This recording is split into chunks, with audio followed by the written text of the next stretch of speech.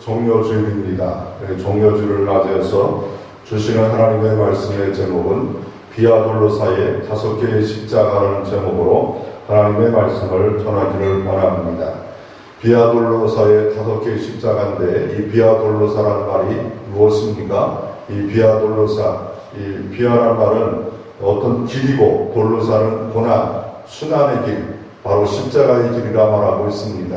고난과 십자가의 길, 예수님이 가신 길입니다. 예수님의 마지막 십자가 지고 우리의 죄와 저주와 우리 흉노를 다 담당하시려고 골고다 언덕을 이렇게 올라가신 길을 비아돌로사라고 말하고 있고 십자가의 길이라고 말하고 있습니다.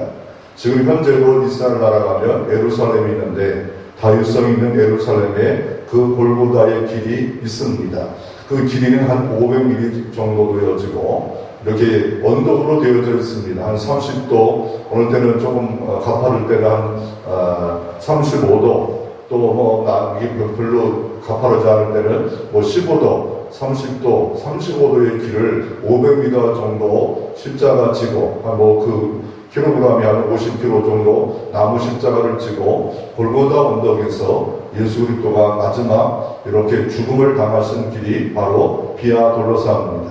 이전에 어떤 일이 벌어졌냐면 종료주의를 하는 이유가 뭐냐면 예수님이 마지막 유월절을 지키려고 바로 어린 양 되신 예수 그리스도가 고난당한 것을 이루시려고 올라올 때 많은 사람들이 종려나무가지를 흔들면서 호산나 호산나 이렇게 불렀습니다.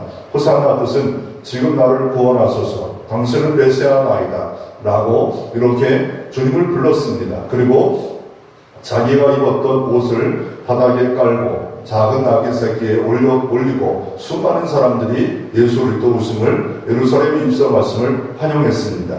그러나 그들이 나중에는 배반자가 되어서 그 흉악한 바라바를 빌라도가 살려줄까, 예수를 살려줄까 할 때 바라바를 살려주세요 라고 했던 것이 바로 예수 그리스도의 마지막 죽을 수밖에 없는 길이었고, 그 길을 걸으시려고 예수님이 십자가의 길을, 바로 비아돌로사의 길을 걸어가신 것을 볼 수가 있습니다. 그 길을 걸어가실 때 그 길을 걷기 전에도 모든 고난의 흔적이 많이 있었지 않았습니까? 어느 때는 채찍으로 매를 맞지 않았습니까? 채찍에 바로 끝에는 뼈다귀나 쇠조각이 있는 그것을 온몸에 밤새 맞으셨고 그리고 침을 뱉으셨고 머리에는 그 큰 가시별관을 쓰셨고 또 흉풀을 입고 장한 조롱과 멸시를 당하셨다가 결국 이 비아돌로사 십자가의 길을 걸어갑니다. 그 길에 지금도 기념하는 장소가 14군데가 있고 4군데가 성당이 있습니다. 이 교회가 있는데 그 중에 4번째가 바로 불행의 시몬이 억지로 진 십자가가 진 그 장소였고 그 길이 바로 비아돌로사라 말합니다. 그리고 이 비아돌로사의 길을 보면, 이 지도로 보면 이게 바로 비아돌로사인데 골고다라고도 합니다. 그 골고다라고도 하면 또 어떤 때는 칼카타라고도 하고, 어느 때는 갈보리라고도 하고, 골고다라고 하고, 이런 뜻들이, 여러 가지 뜻들이 있지 않습니까? 그래서 이 골고다 언덕, 어느 때는 칼카타, 또 어느 때는 갈보리, 이 갈보리는 라틴어예요. 그리고 칼카타는 아람어고, 또 골고다는 헬라어입니다. 그래서 이 골고다는 헬라어, 또 라틴어의 갈보리, 아람어의 칼카타, 다 같은 장소입니다. 바로 예루살렘 성전 가까이 곳에 이렇게 골고다가 있었고, 예수 그리스도께서 이곳에서 십자가에서 죽으셨고, 또 예수님이 죽기 전에 여러 밤새 신문을 봤잖아요. 빌라도 총독부가 있었고, 로마인 총독부가 있었고, 옆에 대제사장의 사제, 가야바 사제가 있었어요. 그곳에도 재판을 받고, 밤새 가야바가 대제사장의 빌라도에게 보냅니다. 왜냐하면 죽음을 죽일 수 있는 권세는 유대인에게 없었어요. 죽음을 재판할 권세가 없기에 유대인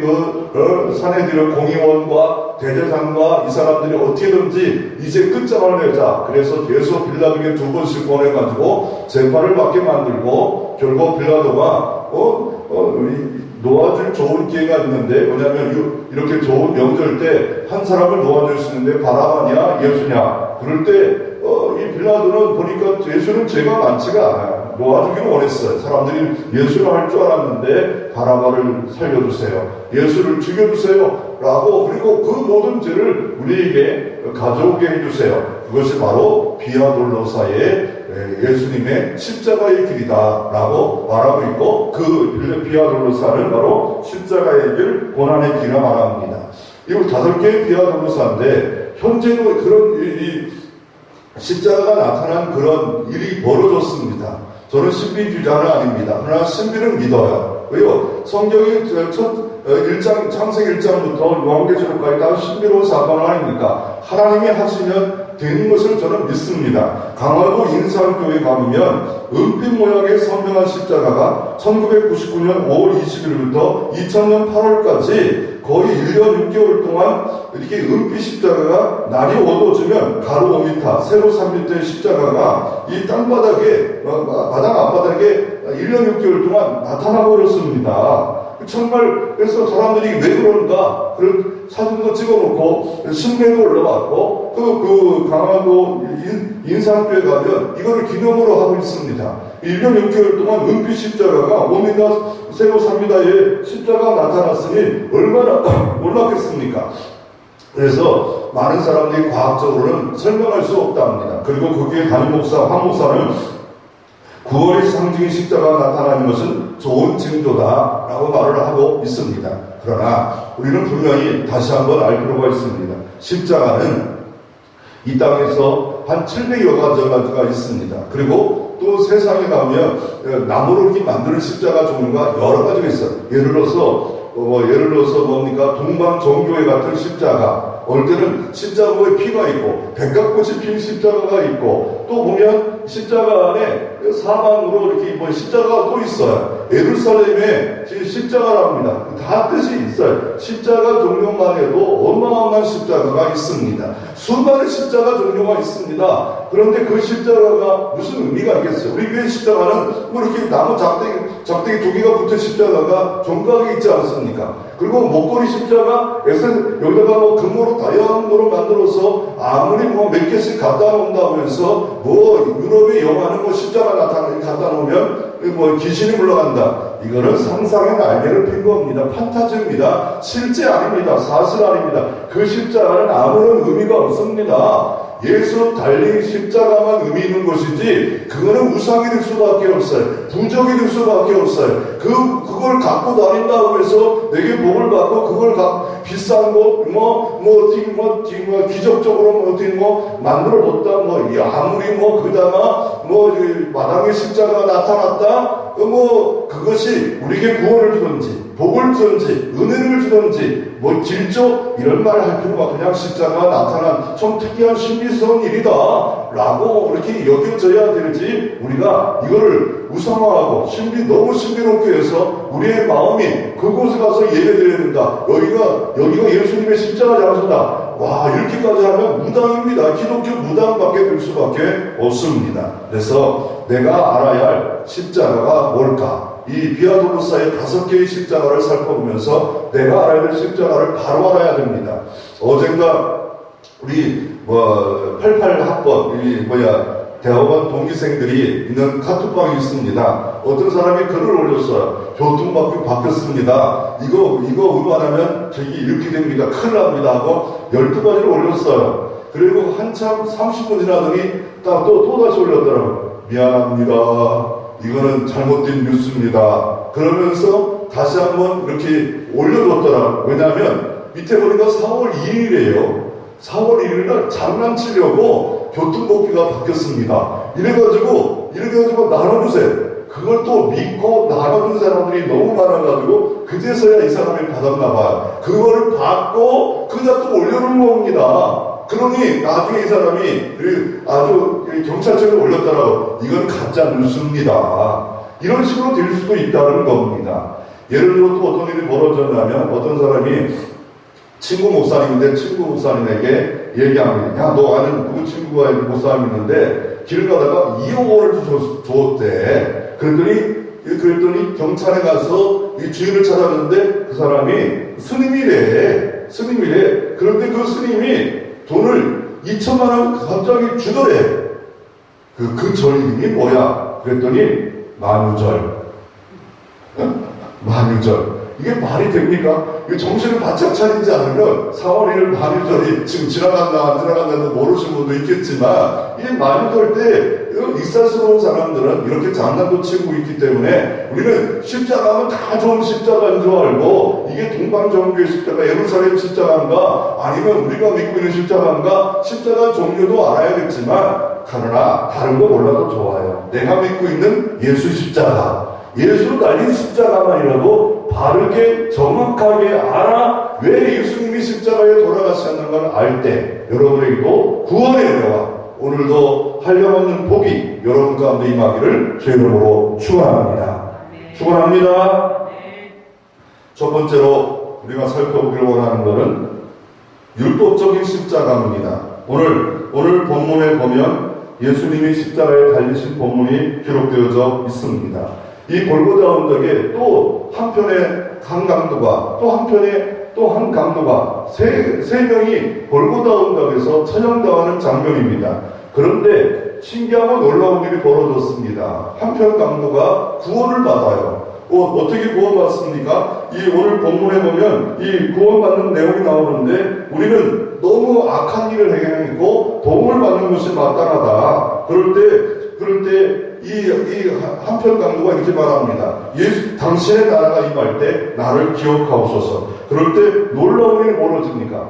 너도 오늘 나와 함께 낙원에 들어가리라. 천국에 들어가리라. 바로 예수 그리스도로 말미암아 구원입니다. 구원은 다른 방법이 없어. 하나님이 계획을 했는데 독생자 예수 그리스도가 십자가에 죽으심으로 말미암아 의를 주시고, 의를 준 사람만이 들어가는 나라, 의의 나라, 하나님 나라, 천국에 오늘 너도 나와 함께 나를 통하여 나로 말미암아 길이요 진리요 생명이 나 때문에 천국에 이르리라.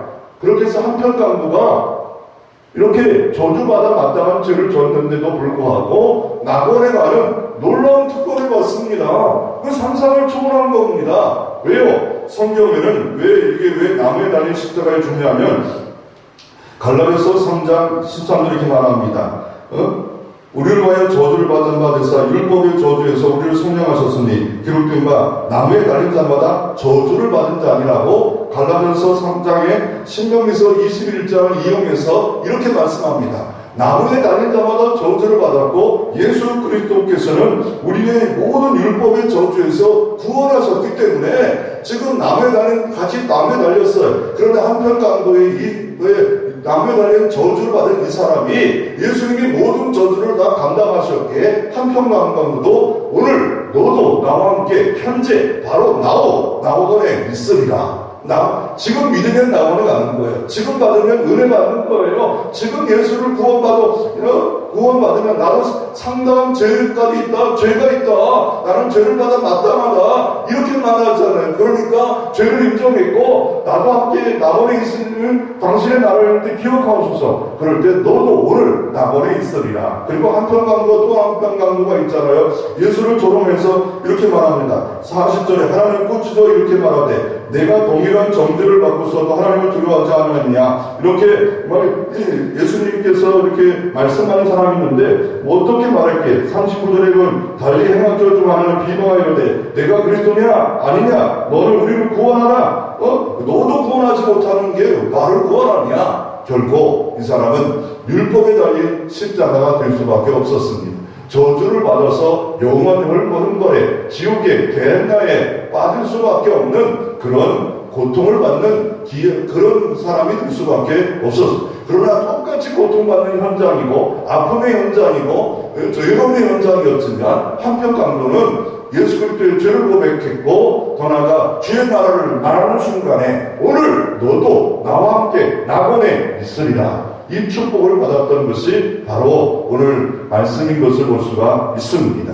두 번째로 억지로 진 십자가입니다. 첫째는 율법적 십자가, 바로 저주를 받은 사람마다 나무에 달린다고 이렇게 신명기서 21장과 갈라디아 3장에 예수님이 모든 율법을 다 이루시고 십자가에 다 돌아가셨다 말씀하는데, 억지로 된 십자가는 누가 졌습니까? 예수님이 십자가의 길을 50km 정도로 500m로 언덕길로 올라갈 때 밤새 신문당하고 채증 맞아서 피를 어마어마하게 흘렸기 때문에, 아무리 33세의 남자지만 너무 날씨도 덥고 그렇게 너무 힘들어서 올라가다가, 이게 17군데에 기념하는 장소가 있다면 한 100m, 200m 정도 올라가다가 도대체 올라갈 수 없을 때 로마 군인들이 어떻게 합니까? 옆에 구레네 사람, 아프리카 사람, 이 시몬이라는 사람이 유월절을 지키러 왔습니다. 유월절을 지키는, 유월절이라는 건 뭐냐면 예수님의 피를 상징하는 것으로 우리의 모든 죄를 지나간다, 우리의 모든 허물을 지나간다. 바로 출애굽 때 애굽에서 나왔던 유월절을 계속 지킴으로 예수님의 순환을 기억하는데, 그 순환을 기억하는 그 절기를 지키려고 사방에서, 전 세계에서 올라옵니다. 이 흑인도 올라옵니다. 그래서 유월절을 지킬 때 부정한 자에게 부정한 자가 되어버리면 유월절을 못 지켜요. 어떤 게 부정한 자입니까? 피를 만지든지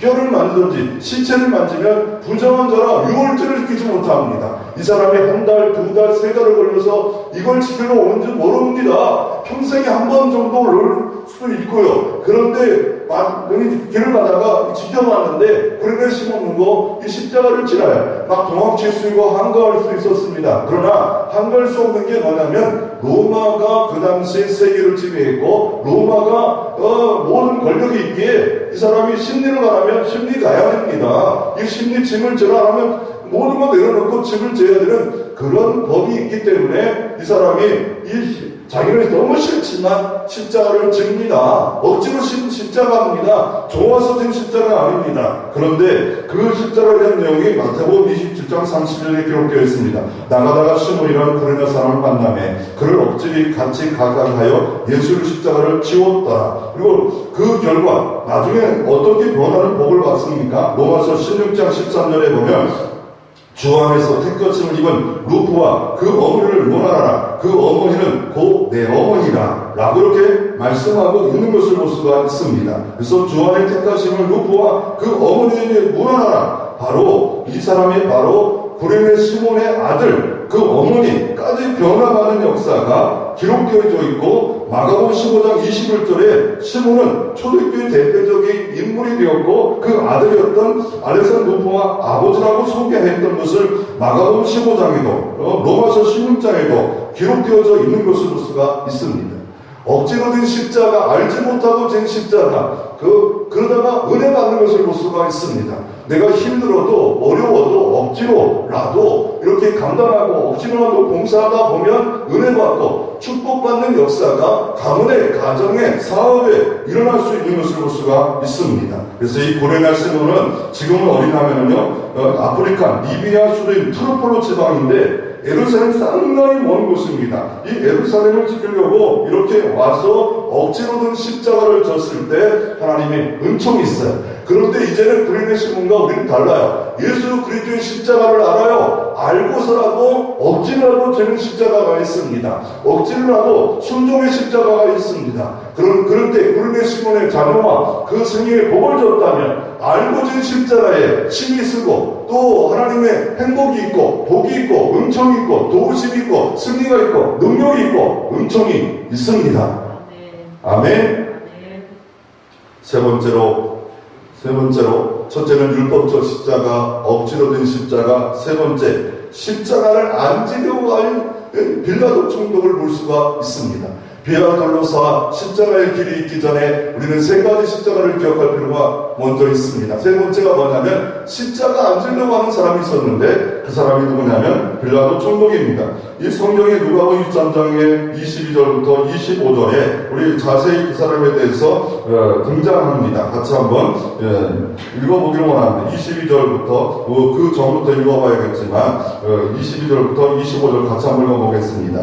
빌라도가 세 번째 말하되 이 사람이 무슨 악한 일을 하였느냐 나는 그에게 죽을 죄를 찾지 못하였느냐 때려서 놓으리라 하니 그들이 큰 소리로 제쳐하여 십자가에 못 박기를 구하니 그들이 소리가 이긴지라 이에 빌라도가 그들을 구하는 대로 하기로 언도하고 그들이 요구하는 자 곧 빌람과 살인으로 말미암아 옥에 갇힌 자를 놓아주고 예수를 넘겨주어 그들이 뜻대로 하게 하니라. 아멘. 빌라도라는 총독이 있었습니다. 그 당시에 10년 정도 주 26년부터 10년 동안 로마의 그 총독으로 와서 이스라엘을 잘 총독했고 인정받는 빌라도입니다. 이런 사람인데 아무리 자기가 법으로 봐도 이 사람 예수를 죽일 만한 일이 벌어지지 않아. 그래서 바라바를 살려줄까 예수를 살려줄까 큰 유대인 영적에게 한 명을 살려주는 그런 기회가 됐기에 그럼에도 불구하고 예수를 죽이라. 그래서 그렇지만 죽이고 싶지 않아. 세 번째 말하는데 세 번째 말하는데 뭐라고 말합니까? 채찍해서 그냥 이렇게 이상민족들을 이 화가 난 폭동을 일으킬 수밖에 없는 이 사람들을 만족하게 했지만 그걸 원처럼 십자가에 죽게 하라.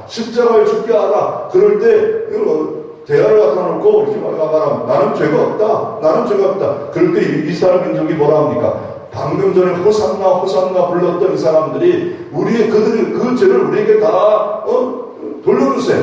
그래가지고 역사상 이런 모든 많은 분들이 신학者이렇게 말합니다. 그 돌려달라는 그것이 뭐가 되었냐면 결국 유태인 600만 학살의 현장이 되었다. 물론 히틀러가 죽였지만 그러나 이 모든 일이 자기가 저주를 받기로 작정했고 이런 일 때문에 어마어마한 유태인들의 학살이 있었다. 무려 600만을 죽이는 어마어마한 잔인한 학살이 일어났지 않았습니까? 이 빌라도는요, 아내가 와서 말을 합니다. 밤에 꿈을 꿨는데 흉측한 꿈을 꿨어요. 제발 이거 예수님 죽이면 안 됩니다. 이렇게 자기 부인이 이렇게 간청이 있었음에도 불구하고 폭동이 일어나면 이게 로마의 황제에게 보고되면 자기의 업적에 손실이 되고 결국 자기가 쫓겨나든지 승진에 많은 손해가 있기에 그는 그렇게 하지 못하는 사람이 되었습니다. 비겁쟁입니다. 정의롭지 못합니다. 이 사람 죄가 없다.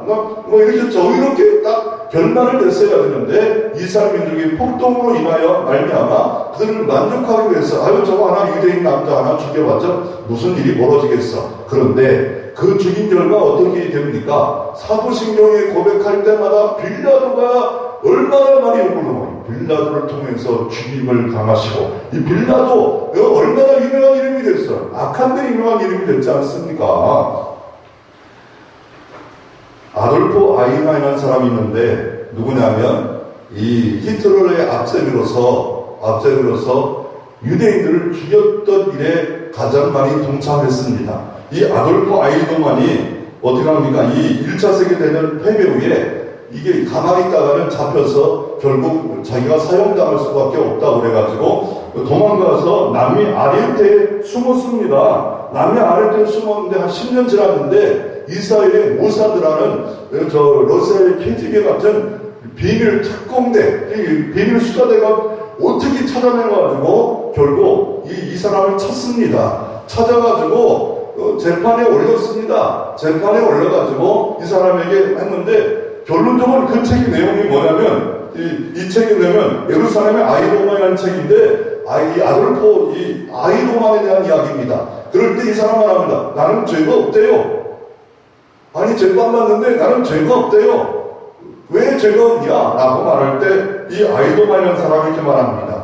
이 히틀러가 유대인들을 무시해버렸고 유대인들을 인간 말종이라고 생각했고 이 사람과 결혼하면 안 되고 성관계가 돼도 안 되고 이렇게 아주 인간 이하의 말종의 인간으로 생각했다는 겁니다. 그 당시 많은 나라에서 그런 생각을 하고 있었습니다. 그때 이 독일 사람들을 수용소할래 아니면 외국으로 추방당할래 그럴 때 이 아돌프 아이히만이 평범한 광산에 일했던 사람이었고 평범한 보험에 일했던 사람입니다. 그런데 뭘 했냐면 이 사람을 이렇게 유대인들을 잡아가지고 외국으로 내보낼 일을 했던 겁니다. 그리고 모든 재산을 압류하고 내보내니까 수용소에 안 가니까 나는 잘하고 있다, 좋은 거 했다. 그러니까 수용소를 안 가고 이 수많은 총책임을 맡아서 일을 합니다. 일을 하는데 나는 도리어 나라의 국가의 녹을 먹은 공무원이다. 공무원은 그 나라에서 지시한 대로 했고 나는 유대인들을 도와주려고 했던 마음이 더 있었지 이 사람들을 잡아서 수용소에 가려는 마음이 없었다. 결국 어떻게 됩니까? 이 아이만이 이렇게 말합니다. 나는 죄가 없다. 그러나 1960년에 교수형으로 처형을 됐는데 그 사람은 평범한 인간이었습니다. 자녀를 키운 인간이었습니다. 그런데 전 세계에 많은 사람이 공부를 하고 이 사람의 재판을 보였을 때 흥분하고 저 사람을 죽여야 하는데 이 사람을 심리학자가 심리를 판단해 봅니다. 결론이 뭐냐면 심리적으로 아무런 문제가 없대. 평범한 인간, 평범한 사람인데 악이 축이 될 수 있다는 거예요. 조수빈 같은 사람도 물론 엄청난 지금 문제가 있지 않습니까? 그럼에도 불구하고 그 사람이 악의 축이다. 우리 똑같이 악의 축입니다. 평범한 사람이지만 결국 다 같이 하나님 오빠는 악의 축입니다. 이거를 뭐라고 하면요, 개복치효과라는 겁니다. 나치의 언어에 보면 이 사고력을 마비하는 방법으로 개복치가 뭐냐면 이 물고기인데 물고기에다가 싸나운 물고기를 갖다 놓으면 더 싸나워지고 자기보다 약한 사람이 있으면 물고기 있으면 온순해지는 이와 마찬가지로 이게 인간의 언어를 통해서 사람을 통제한다는 게 사고력의 마비인데 예를 들어서 이런 얘기 있잖아요. 직장 다니는데 해고해야 된다. 이거를 그냥 속으로 말하면 잘라야 된다. 이게 잘라야 된다. 해고를 잘라야 된다 말하지 않습니까? 이거를 또 언어의 유연성을 가지고 뭡니까? 합리적 경영을 위해서 직장을 관두게 해야 됩니다. 합리적 경영. 이게 언어의 유입니다. 그러니까 이 사람은 뭐냐면 히틀러가 언어의 유의를 가진 거예요. 사람들이 사고를 사람을 죽여도 마땅하고 사람을 모든 재산을 빼서도 마땅하고 이게 공산주의고 전제주의고 이게 독재주의 아닙니까? 그러니까 사람이 이상해져 버리면 자기가 평범한 사람인데 뭐 도와주는 것처럼 말하는 진짜 도와주는 것처럼 이게 악인데 악을 모르고 이렇게 살아간다는 거. 이거 빌라도가 똑같다는 거예요. 지금 분명히 정의는 있는데 죄가 없는데 이렇게 죽일 만한 사건은 아닌데 그럼에도 불구하고 남들이 그러니까 다른 사람이 그러니까 그렇게 따라가는 일들이 있었다라고 말을 하고 있습니다. 여러분은 어떻습니까? 여러분은 예수 그리스도의 십자가 앞에 합당한 희생을 하는 그런 모습이 있습니까? 빌라도처럼 자기만 살기 원해서 자기 앞길을 위해서만 살아가는 삶을 살아가고 있습니까? 이상한 구인 광고가 있었습니다. 역사상 가장 특이한 구인 광고가 20세기 초에 런던 신문에 실렸습니다. 이럴 때 이 내용이 뭐냐면 위험한 행로에 일하는 남자 구함, 월급은 박봉, 심한 추위 속에 일을 해야 되고 장기간 완전 흑암에 갇혀 있을 때 일과 말하고 환경은 위험천만하고 일을 마치고 무사히 귀국할 수 없습니다. 그럴 때 수많은 남자들이 일에 동참합니다. 이거를 신문에 실었던 사람이 누구냐면 남극탐험가 어네스트 사클톤 경이었습니다. 놀라운 일입니다. 의미 있고 가치 있는 일에 남극탐험에 수많은 남자들이 여기에 동참하고 자원했습니다. 아니 남극탐험도 동참하는데 우리가 예수 십자가 생명의 부활 영생 지옥에서 건지고 이런 놀라운 하나님의 사랑과 은총 앞에 빌라도 같은 모습으로 겁쟁이 모습으로 우리가 살아있으면 안 됩니다. 합당한 희생, 예수 그리스도의 놀라운 희생, 어마어마한 희생을 받았다면 그리스도의 몸된 교회를 와요. 나도 어느 정도는 자기 십자가 지고 주를 따라가는 삶이 있으라 말씀하고 있습니다. 네 번째로 예수님의 십자가에 패러독스가 있습니다. 예수님의 십자가에 패러독스가 말하면 역설입니다. 역설이 있다는 거예요. 아니 예수님의 십자가의 역설이 뭡니까? 왜냐하면 십자가 저주를 받은 거예요. 저주받은 십자가인데 십자가가 이 십자가의 죽음이 기독의 중심이요 기독이요 기초가 됐습니다. 또 전능하신 그분의 능력이요 하나님의 무한한 지혜가 십자가에 보여줬기 때문에 십자가는 능력이요 십자가는 패러독스입니다. 이 역설입니다. 왜요? 저주를 저주를 받은 건데 우리의 저주를 받은 거예요. 나의 저주를 받은 거예요. 모든 인류의 저주를 받아 십자가에 죽으시고 화목제물이 됐어요. 이 화목제물이라는 말은 화자는 뭐냐면 유화하는 것, 하나님과 나사를 유화하게 만드는 일들이 바로 십자가입니다. 그러므로 우리가 예수 그리스도의 십자가를 다시 한번 우리가 바라보면 그 구원의 십자가입니다. 사랑의 십자가입니다. 용서의 십자가입니다. 심판의 십자가입니다. 승리의 십자가입니다. 다 이루었다. 율법의 저주를 이루었다. 율법의 형벌을 다 이루었다. 나를 믿기만 하면 의가 너희에게 선물되고 천국의 선물되는 역설이 있다라고 말하고 있습니다. 미국 교회에서 보낸 첫 선교사가 아돌리랑 저드슨입니다. 미국 교회가 선교사를 첫 번째 보냈는데 아돌리랑 저드슨인데 이분이 이렇게 말합니다. 십자가 사건보다 더 비만한 사건이 어디 있습니까? 십자가보다 더 우대한 메시지가 어디 있습니까? 십자가보다 더 놀라운 복음이 어디 있습니까? 나에게 이보다 더 중요한 메시지는 없습니다. 아멘. 그래서 십자가의 패러독스가 되는 것이 뭐냐면요, 아니 예수가 왕이고 예수가 만왕의 왕이라면 뭘 십자가를 지면 안 되죠. 그를 인정하고 환영하고 춤추고 높여야 되고 말을 타고 입성하고 막 이래야 하지 않겠습니까? 그런데 십자가에 졌다는 것이 모순인데 C.S. 루이스는 이렇게 말합니다. 도대체 어울리지 않는 것이 왕관이요 왕복을 입어야 했는데 치욕의 십자가를 졌다는 것이 뭐냐면 삼위 하나님의 표현하면서 하나님의 역동적이고 활기찬 생명이시기에 하나님의 춤과 같은 분이다. 이게 십자가의 죽은 증거를 하나님의 춤이래요. 이게 도대체 우리는 이해할 수 없는 말같처럼 여기지만 너무 감격스럽고 너무 놀라운 일이고, 왜요? 바로 십자가는 우리의 저주를 다 감당하셔서 아담과 하와가 범한 먼저부터 내가 지금 자본죄, 현재, 미래, 과거의 모든 죄까지 다 짊어진 십자가이기 때문에 하나님의 구원의 춤이 있는 그 장소라 말씀하고 있고, 바로 이 인간을 창조한 이유는 우리의 기쁨을 주기 원하셨는데 예수 십자가를 통하여 참 기쁨을 우리에게 이루시려고 하나님의 춤, 구원의 춤 속에 이게 도대체 이 춤을 하나님의 춤, 하나님의 기쁨의 춤 그 속에 들어오게 하신 것이 바로 C.S. 루이스란 똑똑한 사람입니다. 우리는 좀 왜 춤이라는 표현을 쓸까 이분이. 근데 하나님의 기쁨을 춤으로 표현한 것 같습니다. 그래서 이 나사렛 예수 유대인의 왕으로 이 땅에 오셨는데 이 십자가에 빌라도가 명패를 만들어야 되는데 이 명패를 만드는데 이렇게 쓰라 말합니다. 뭐라고 쓰냐면 이 십자가 위에 요한복음 19장 19절에 나사렛 예수 유대인의 왕이다 이렇게 쓰라고 하는데 대제사장과 그 유대인들이 반대합니다. 그렇게 쓰진 자칭 유대인의 왕으로 쓰라. 자칭 유대인의 왕, 그러니까 반역자로 쓰라. 만약에 예수를 안 죽이면 너는 로마의 황제의 부하가 아니다. 이렇게까지 협박하면서 쓰라고 하지만 결국 그대로 죄명을 씁니다. 뭐냐면 나사렛 예수 유대인의 왕. 그래서 이렇게 명패를 다는데 헬라어, 아람어, 라틴어 세 개로 써버려요. 그래서 오가는 사람마다 바로 보게 합니다. 그런데 이거를 팀켈러가 이런 말을 합니다. 여기에 하나님의 놀라운 구원의 은총이 있다. 바로 조롱당하고 있는 그곳에 진짜 예수 그리스도가 누군가, 바로 나사렛. 나사렛이라는 것은 이사야 11장 10절에 이렇게 말합니다. 이새의 뿌리에서 한 싹이 나서 그는 만민의 기후로 살 것이요 열방이 그에게 돌아오리라 했던 그 진리를 드러내는 십자가, 바로 예수 십자가, 이 십자가가 바로 구원의 십자가다라고 말합니다. 그래서 이새의 뿌리에서 한 싹이 나서, 이 한 싹이라는 말이요 나사렛과 똑같은 원어로 되어 있어요.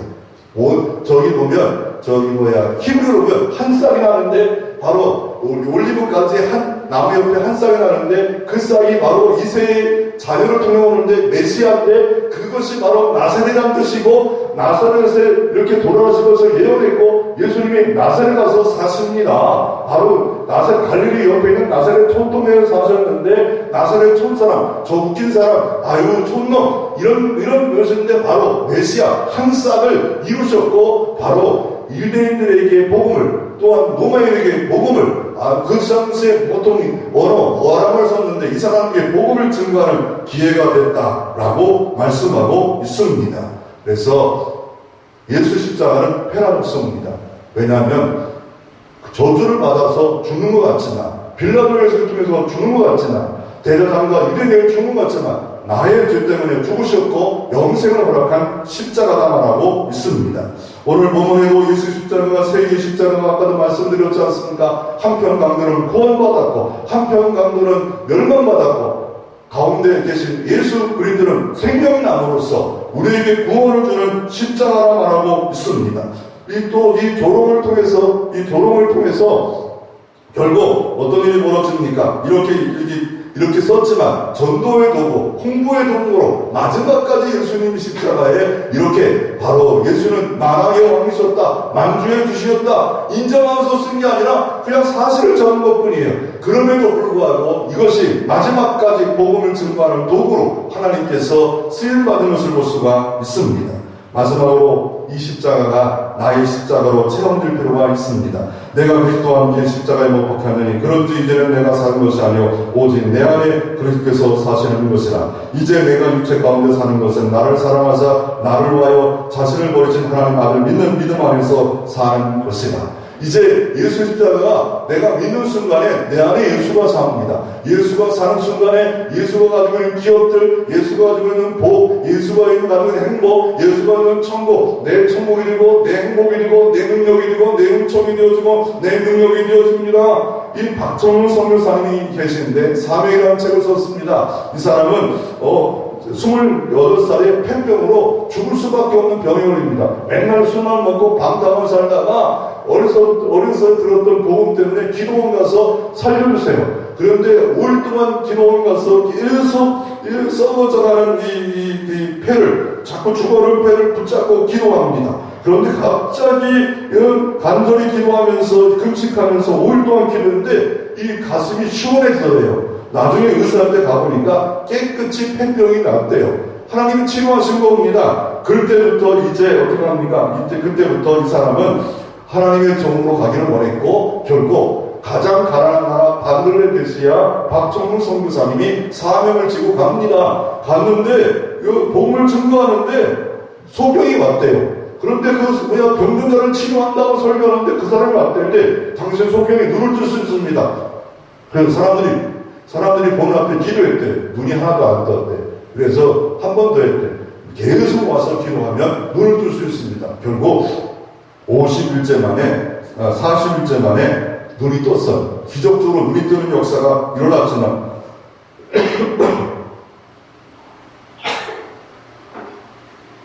어떤 일이 벌어집니까? 결국 방글라데시가 1만 명의 사람을 전도했는데 사모님만 냅두고 그래서 유치원도 하고 학교도 하고 지금 현재 사역을 감당하고 한 달에 선교비만 2,500만이 들어가는 놀라운 사역을 역사가 있는데 그거는 이렇게 말합니다. 이게 십자가의 능력이다. 내게 주어진 십자가가 있는데 이 십자가를 아는 사람들은 우리가 뭘 알아야 되냐면요. 로마서 6장 5절에 만일 우리가 그의 죽으심 같은 모양으로 연합자가 되었으면 또한 그의 부활과 같은 모양으로 연합한 자가 되리라. 이제 예수 부활도 내 부활이라 말하고 있습니다. 예수 생명에 부활하셨고 온 우주의 통째로 살았는데 그 사람과 그 은총이 예수 부활을 믿는 자는 바로 생명의 부활로 영원히 사는 부활의 능력으로 우리가 동참할 수 있습니다. 그 은혜가 그 은총이 여러분 가운데 임하기를 주의 이름으로 축원합니다.